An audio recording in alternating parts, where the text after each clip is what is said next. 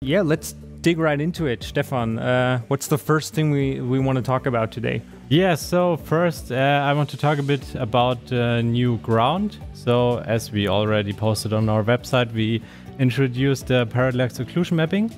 And this also affects the ground textures of the terrain itself, not only on the field.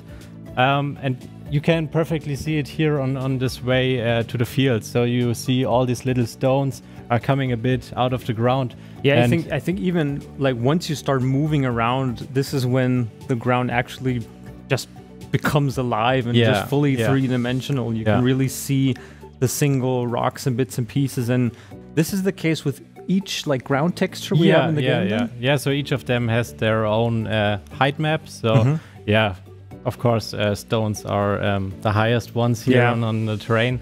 But also the grass and that stuff is a bit more three-dimensional. Definitely more vibrant, brings a new feel to how the game world just feels when walking around or also driving, because we have the same thing over here on the field as well. Yeah. You don't really see it here now because there's a straw on the field, so it's a bit covered. But later on, I prepared a cultivator, so there you see it pretty well, and also with plowing. You see it really nice.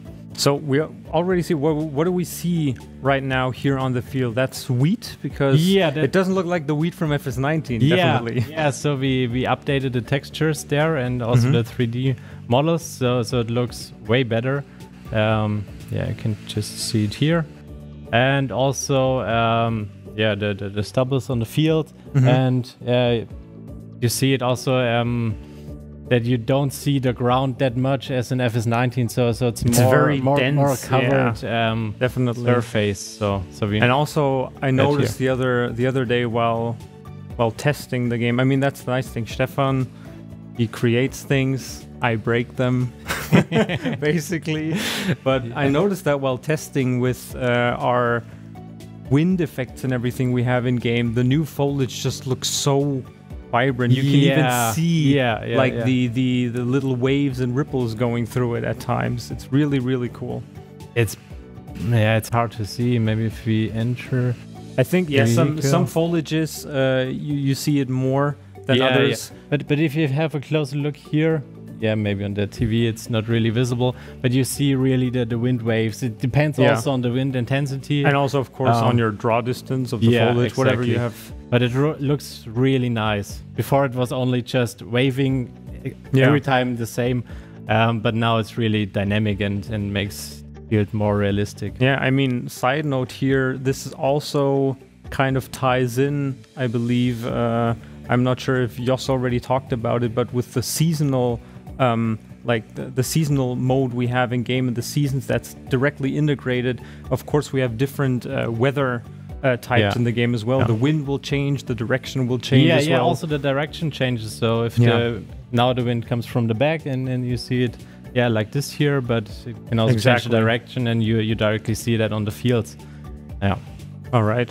So we got here our New Holland combine harvester, the CH 7.70. We already showed that on some screenshots. So, like a smaller combine from New Holland. A good starting combine.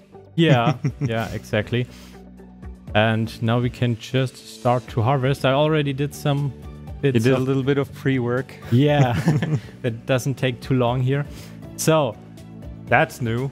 That's new. Some of you might already noticed it, but we improved the effects here at the back. So the straw that's coming out of the combine, so it looks more 3D now.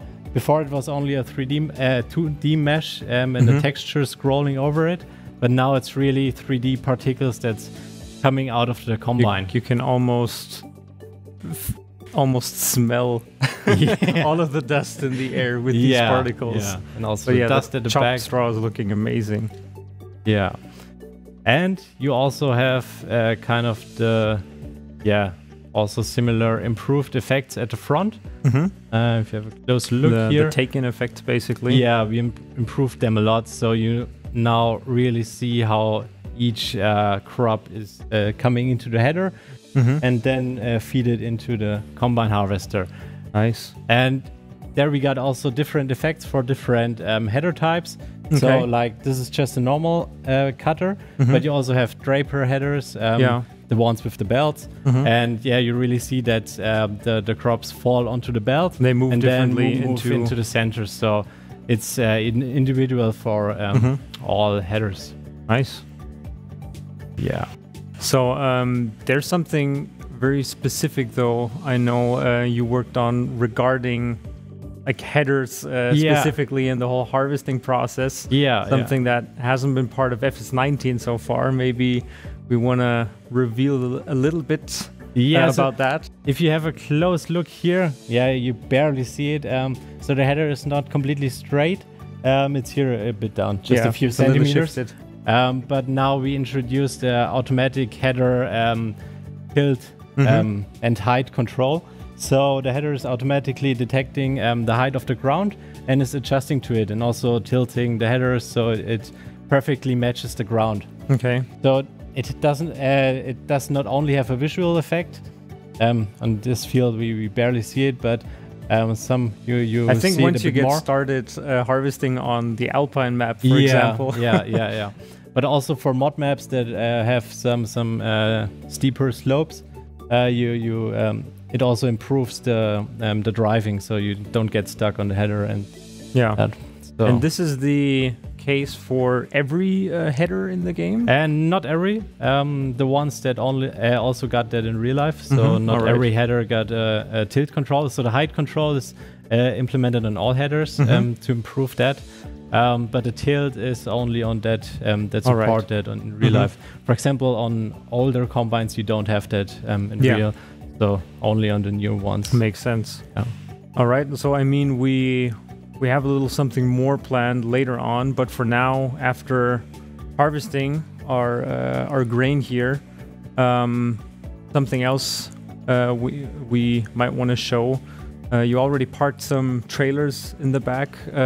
Those are also new. Yeah. So we got another brand Rudolph, the German trailer brand. So and we got some really nice trailers from them.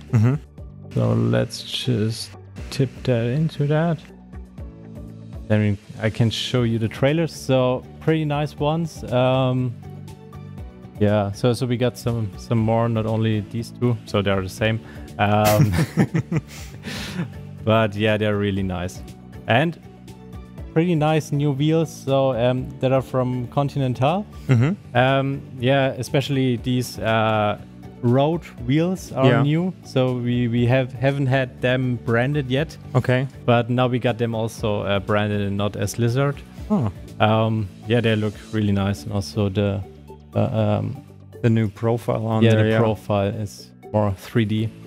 So, and we also got from Continental the wheels on our really nice John Deere.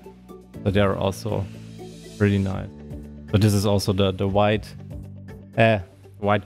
configuration for the wheels. So it looks pretty good on our John Deere. So also a new tractor. Yeah, basically everything new. Yeah, older tractor from John Deere was built end of the 90s.